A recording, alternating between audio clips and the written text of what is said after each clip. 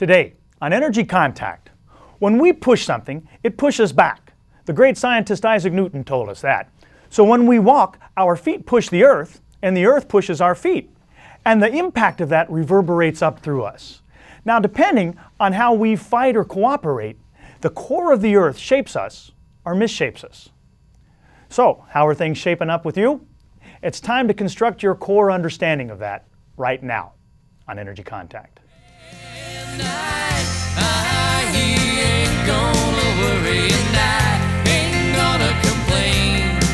I'm gonna drive away all these doubts I've been keeping and doubt. Keep my mind on better things. He ain't gonna worry and I ain't gonna complain. I'm gonna drive away all these doubts I've been keeping and doubt. Keep my mind on better things. Just keep my mind on better things.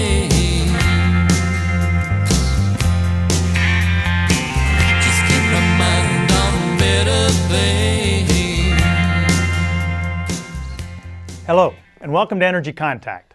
My name is Joseph Willenbrink. Thank you for joining me, and thank you to the production staff here in the studio for helping me get my message out to you. Energy Contact is a series I'm presenting to you as a public service. It's about attaining perfect health, growth, self-improvement, happiness, and realizing your full potential. It's designed to present you a new way of seeing yourself and a new way of seeing the world around you. We're talking about things that have to do with making an energetic contact with yourself internally and with your environment. There's no difference between the body, the mind, the spirit, the emotion, the intellect, the ego. There's no difference between mass and energy. These things are all exactly the same. There's something about us that just loves to separate, to dissect, classify, categorize, take one little piece out, put it under a microscope, and think we understand everything. But in fact, all that health and growth and self-improvement we're talking about take place when we do just the opposite.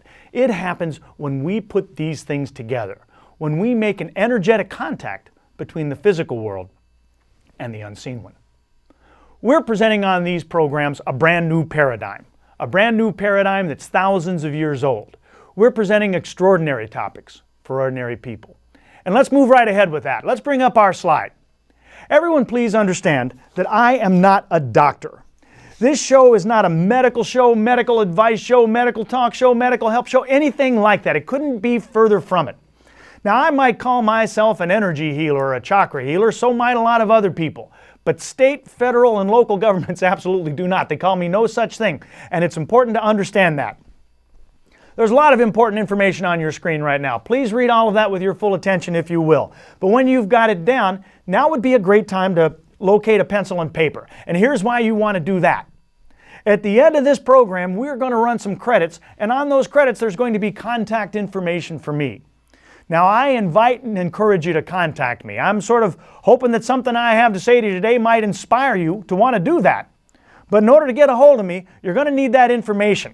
In order to get that, you're going to need a pencil and paper. There'll be plenty of time to jot that stuff down when the credits roll if you've got your pencil ready. So, please locate that now. All right, let's come back up here. Today is episode number 15 of Energy Contact, and if you're tuning in for the first time today, well, thank you. Thanks and welcome. These shows are sequential. They build. We're talking about things today that we've introduced, explained, defined previously. So there's some ramp-up things, some up-to-speed stuff that you will have missed out on. However, I do my very best to make sure that every program has a lot of value on a standalone basis. So you'll get plenty out of today's program all by itself. If, however, what you see today piques your interest, and it is your first time joining me, well, please look around because there will be earlier programs airing at later times. They'll either be re-airing right here on this station, or they'll be on at different days and different times in different areas. And if you look for them, I'll appreciate it. All right, and now it's time to introduce my co-host. Let's get my buddy Slim on camera. This is my pal Slim, and Slim is here for a reason. Since we're investigating what it is that the energy contacts in the physical self, we have to know a few things about a few things, don't we? We have to know something about energy, and this show is all about energy. But all of that energy out there somewhere does us no good whatsoever. It does us no good until we bring it into focus, until we bring it into contact with something. My pal Slim is here to help us understand what that thing is that the energy contacts. Remember, a body without energy is just a corpse. And energy without a body, well, it might be any one of a number of cool things, but none of them are human. All right, previously on Energy Contact, we have been looking at life, at what it means to be alive. And we've seen that life occurs within a series of forces. There's internal ones, the forces that animate us, frequency, rhythm, wave, pulse, vibration, breath, things like that. And external forces, the bumps and bruises of life, the kisses and hugs of life, the things that push and pull us around. Specifically, we've seen gravity that falls down, entropy that falls apart, and energy that falls up. Now, internally, we've seen that we are made up of atoms that are all identical. A carbon atom in you is the same as a carbon atom in a drop of gasoline. And cells that are all individual, like snowflakes. But those atoms, and therefore the cells they build, and therefore you and I, are mostly holes in empty space. We're mostly just big bags of nothing. Now, in like manner, we all have instincts that are exactly the same, but reactions, the things that we do with those instincts, that are all completely different. Now, we've seen that while these instincts and reactions are all invisible concepts, they're all invisible things, that they have a physical presence, a physical anatomy. They're built into our physical selves, and each of us builds them separately, builds them differently. We've seen in particular that breath is our single most basic need, and that survival is our most primal instinct. We all have that in common, don't we? And these things are both based in our core. And what presides over all of this, these instincts and reactions, these internal and external forces, is something that we've been calling the body intellect. We've looked at the body intellect and the anatomy that it builds, how thought builds anatomy. We've seen the same materials in our brains. We were always taught they were brain things, the things that give us thought, reason, recall, memory, logic, intellect, intelligence.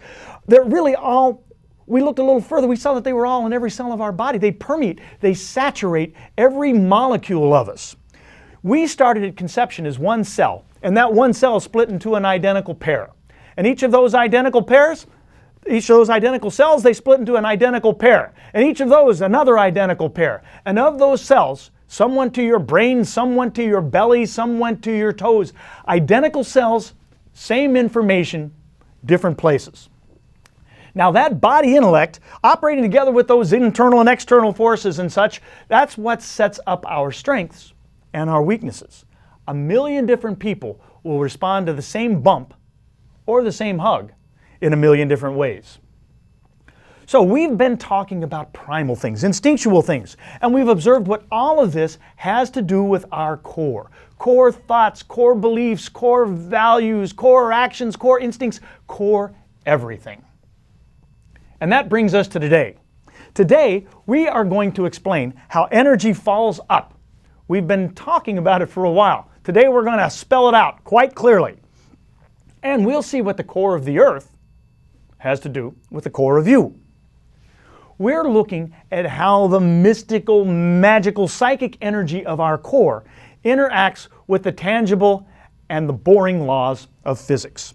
Combining that mysticism with some dry anatomy to see where the energy contacts our physical self. We're in the process of understanding what our core anatomy says about us. Our abdomen, our psoas, our hips, our pelvic floor, our diaphragm, things like that. Is the fact that so much of our basic primal instinct managed at the same anatomical location, is that coincidental? How does our body work with or work against the energy of the Earth? When are gravity and entropy our best friends? And when are they our worst enemies? And what can we do about it? That's what we're getting to today. That's what we're talking about. But first, we've arrived at the part of the program where we get to stop a second and take a breath, because we have arrived at our virtual field trip, our journey in our mind's eye.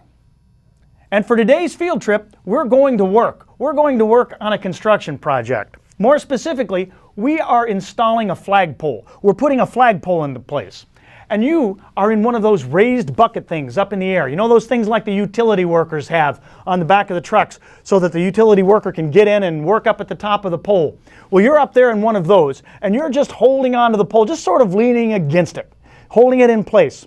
And meanwhile, I'm down on the earth, and my job is to seat it in the hole that they've dug for it. But the pole isn't going where it belongs. It's not sliding into place. I don't know why. Maybe they didn't dig the hole quite wide enough or whatever it is. So I tell you to hang on up there because I'm going to hit the bottom of this pole with a hammer and see if I can get it in. And so I pull out a big hammer, a sledgehammer, and I start hitting that pole. But when I hit that pole, the pole starts vibrating. And you can see that vibration start to move all the way up that pole. And as it moves up to the top of the pole, it gets to your hands, and then it starts moving backwards through you. It's like those old cartoons you used to see. And it's kind of funny. Your bones are now just vibrating like the pole. And I find it amusing anyway, because down here on the earth, it's not bothering me any. But you're not finding it amusing at all. So, in an attempt to sort of figure out what to do about that, you decide, well, maybe I can lean this pole against this bucket thing I'm in. Maybe that'll help. But that makes it worse, because now the whole bucket's vibrating, and you're vibrating in it, and now the vibration starts at the bottom of your feet, and it moves up, and you notice that it's starting to give you a headache. So you shout down to me, yo, dude, can you stop? Or can you somehow keep those vibrations down by you? Can you keep that energy from moving up the pole? Of course, I'm the energy contact dude, so I'm on the ground, but I'm lecturing you about how energy falls up and how it's eternal and how it can't be stopped and all that. That doesn't amuse you either. And so you say, all right then, if we can't stop it, is there just some way we could put a shock absorber on it? Hold that thought.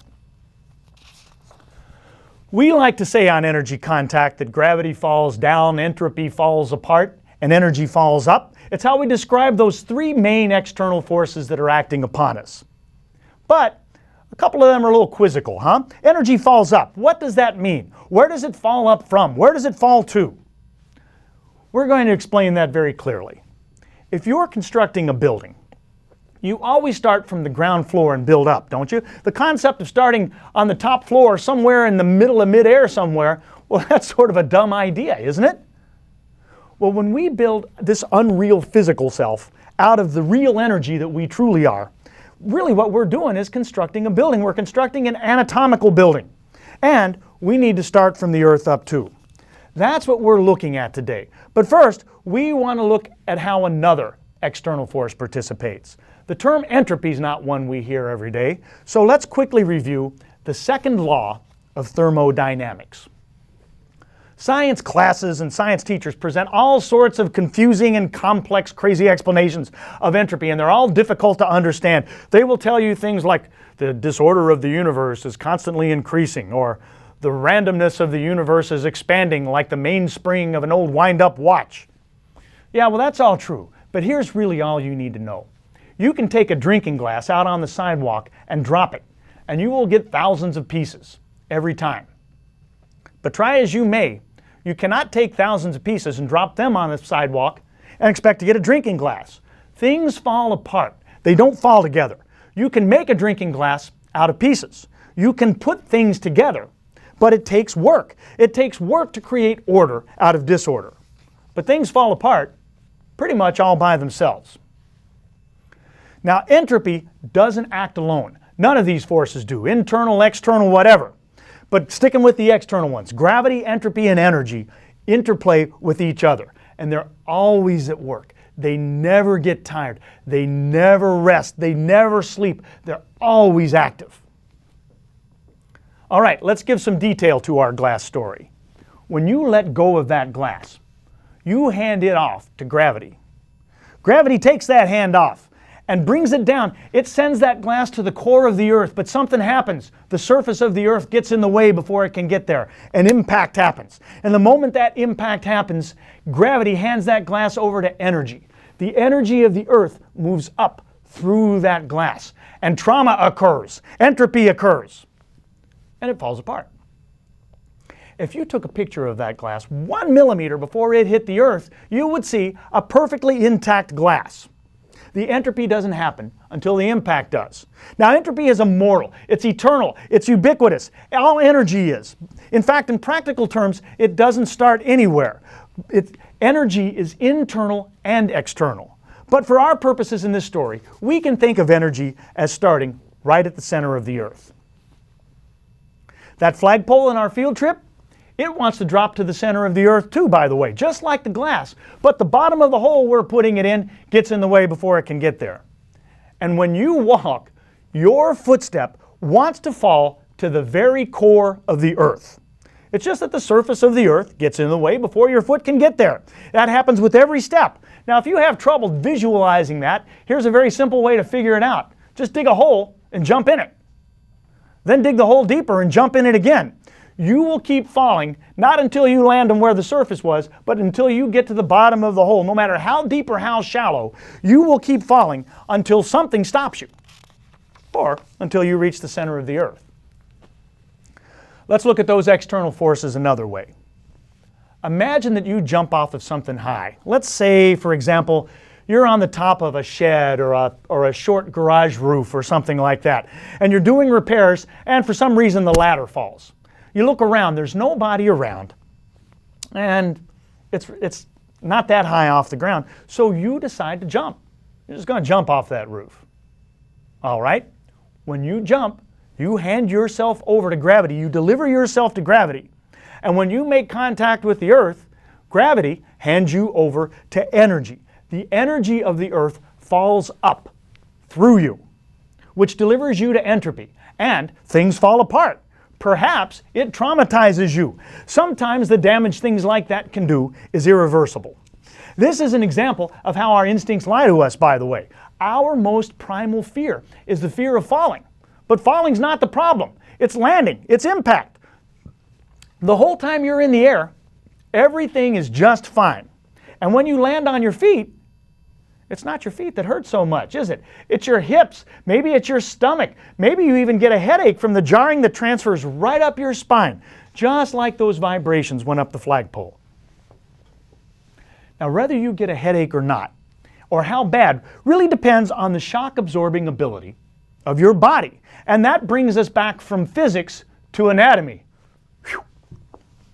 The resilience of all your bones and joints depends upon muscles and their ability to absorb shock, at least to some extent. We're going to come right back to that. But before we get there, let's take just a second to talk about those internal forces. The whole time all those external forces are going on, you've got a symphony of internal forces playing. You've got vibration, frequency, pulse, a beating heart, breathing lungs, peristalsising colon, all of those things. Those are the forces that animate us.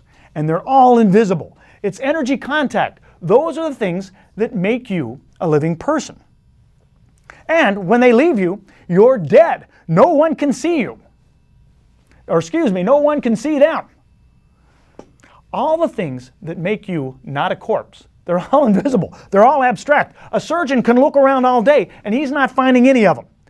And yet some people say, if I can't see it, I don't believe it. All right, we want to understand what this has to do with our core. We're investigating the anatomy of these forces, the trauma recipients and shock absorbers of our physical anatomy. Like every other energetic thing, the external and internal forces have a physical presence. So let's get to that. Now, a couple of shows ago, we discussed breath. Remember that? And we discovered our psoas muscle. Then, after that, we looked at our core, and we found our psoas muscle. After that, we examined the basic muscle of support for our entire body, and we saw that it was our psoas. Then we looked at the main muscle of survival, of courage and fear, fight and flight, and guess what? It was the psoas. And then last time, we investigated our sexual energy, and lo and behold, we found our psoas muscle. But today, we're not really interested so much in our breath, our structure, our survival, or our sexuality. Today, we want to understand physics. We're looking at what the effects of the core of the Earth have on the core of you. And so bring up our next slide, and you'll see that today, we're looking at our psoas muscle. Fancy that. That's the psoas muscle on your screen. Note the spelling there in case you want to do any research on it later. That psoas does all of the following and more. It flexes and releases the hip and the thigh towards the abdomen, or vice versa. It controls spine position and balance. It armors and protects the tender abdominal organs. It controls breathing by passing through the diaphragm. And it controls everything from structure to bladder control to sexuality to how you process the energy from the core of the earth upwards by passing through the muscles of your pelvic floor. All right, let's come back up here. A functional psoas muscle facilitates the upward flow of that Kundalini energy that we discussed last time. And it holds our pelvis and core in such a position so that they can facilitate energy flows too. It's the shock absorber you were looking for up there on that flagpole. It keeps the earth vibrations from shaking us apart. The psoas gives structure to our instincts. But remember, the psoas, just like any of our other 630 some odd muscles, does not know how to push. It can only pull and release. All right. That's what a functional psoas does. A closed-off, unfunctional psoas inhibits it, stops energy flow. It increases trauma and it increases shock. All right, let's stay with what this has to do with earth energy and with physics. A few shows ago, we saw a picture of a baby learning to walk. Remember when we saw that? Let's bring up that slide again. What you see here, notice from the left to right there is our main horizontal structure, our pelvis, our main vertical structure, our spine, and then baby, at least the bottom half of baby. And that's the part we're interested in right now, because all baby wants to do is walk. But he's having trouble, and he's having trouble at least in part because that extra absorbent disposable diaper he's wearing won't let his legs make a straight line from the earth to his pelvis. Baby's walking towards you in that position, but which way are his feet going? His feet aren't going towards you. Remember our construction site? Well, this is it. The earth is like the hammer in this example, and baby's leg bones are like the pole. And with every step he takes, energy moves up from the earth, through his feet, up his legs, into that main horizontal structure, into that main vertical structure. And as it falls up, it vibrates through every developing cell of him on the way, all the way up to his heart, and then to his brain. Just like what happened to you when you were up there and I hit the flagpole with that hammer. All right, let's come back up here. There's a phenomenon that runners are aware of called shin splints. And we don't have time to talk about shin splints today, but it's basically the same thing. It's a pain syndrome that occurs from that constant hammering of the earth on their legs. The pelvis, the psoas and company, manage the upward flow of energy from our constant, repetitive collision with the earth. While we're walking, our pelvis doesn't collide with the earth. But it may as well, because the energy from the earth moves right up those flagpoles that are our legs, and it goes right to our pelvis. All right, let's look at a more grown-up example. A dancer came to me once, and she had chronic foot pain, very bad. She couldn't jump or land, and she'd been to doctors and experts everywhere, and they had told her just about everything, and it wasn't helping. But everyone was looking at her foot. Why? Well, because that's where the pain is, duh. But wait a minute. Remember our field trip? What did we learn from that? The problem isn't where the hammer was striking the base. The problem was further up the pole. This is basic physics, and nobody ever mentioned it to her. Why isn't it occurring to all those smart experts that they have to look in other places? Instead, a lot of very smart people, very educated people, kept wanting to give her things to put in her shoe, lifts, supports, inserts, things like that. Make sense? Of course it does. What doesn't seem to make sense is that this dancer has a sore foot and I'm telling her she needs to look at her hips and her psoas muscle. And I'm talking about her breathing and her structure and her core. And I'm telling her that her relationship to her foot corresponds to her relationship with her sexual energy. And I'm getting all psychological and metaphysical with her. And all the while I'm talking to her, she's just staring down at her foot and she's saying, "Dude, what are you talking about? I've got a sore foot." Well, sadly, she couldn't get her brain around what I was telling her, and so she left. And I can't really blame her. It's certainly like nothing she'd ever heard before. But unfortunately, her opportunity to heal might have gone out with her. So what'll happen to that dancer? Well, hopefully she'll figure it out. That's the best case scenario. Here's the worst case. She'll bounce around to pain relief people and pain management centers, and she will get temporary relief. And she'll get it without people getting invasive into her lifestyle. Think that's good? Well, it's bad, because that's going to keep her coming back for that temporary fix. She'll be able to numb herself to what her body's trying to tell her for long enough to dance. But the morning after the show, it'll hurt worse. So the solution then is obvious, isn't it? Using the normal paradigm, you take another pill. Then finally some doctor will say that famous doctor line. He'll say, "Ma'am, you're just going to have to learn to live with the pain." But you know what? She won't, because she's an athlete and a performer. And now she's on the hamster wheel, except this hamster wheel spirals downward. The ibuprofen will stop working after a while, and so it'll become Vicodin. And now she can dance, but she's a drug addict. Congratulations. And her pusher has an MD after his name. And then, numb to the responses that her body is trying to tell her in order to help her, she's liable to really hurt herself. It happens all the time. And you know, smart doctors know it happens, but they don't know what to do about it because they don't understand energy contact. So the problem is up here at the hip, and everybody's looking down there at her foot. All right, what my dancer doesn't understand and what she can't accept is there's really no such thing as a sore foot or a sore psoas for that matter. There's only a sore self. And that sore self is sore emotion, sore body, mind, spirit, emotion, intellect, all of those things. And taking the meds to numb ourselves to that is not the answer. So if that's not the answer, what is the answer? Well, let's go back to our construction site. At our construction site, you became intimately familiar with the annoyance potential of that earth falling up, didn't you? And what happened is that led you to become aware. You became aware that the energy of the earth will always fall up, every time.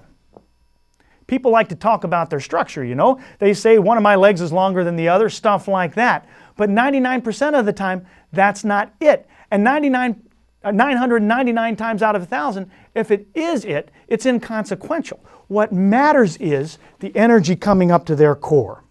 And your awareness of that will put you in touch with something. It'll put you in touch with your core, and that will give you awareness. And that's where health and growth and self-improvement begin. It's a simple beginning, but you're on your way. And so am I. I'm out of time. Thank you for joining me today. Until next time, I wish you peace and positive energy and a healthy life in Energy Contact. Ain't gonna worry and I ain't gonna complain. I'm gonna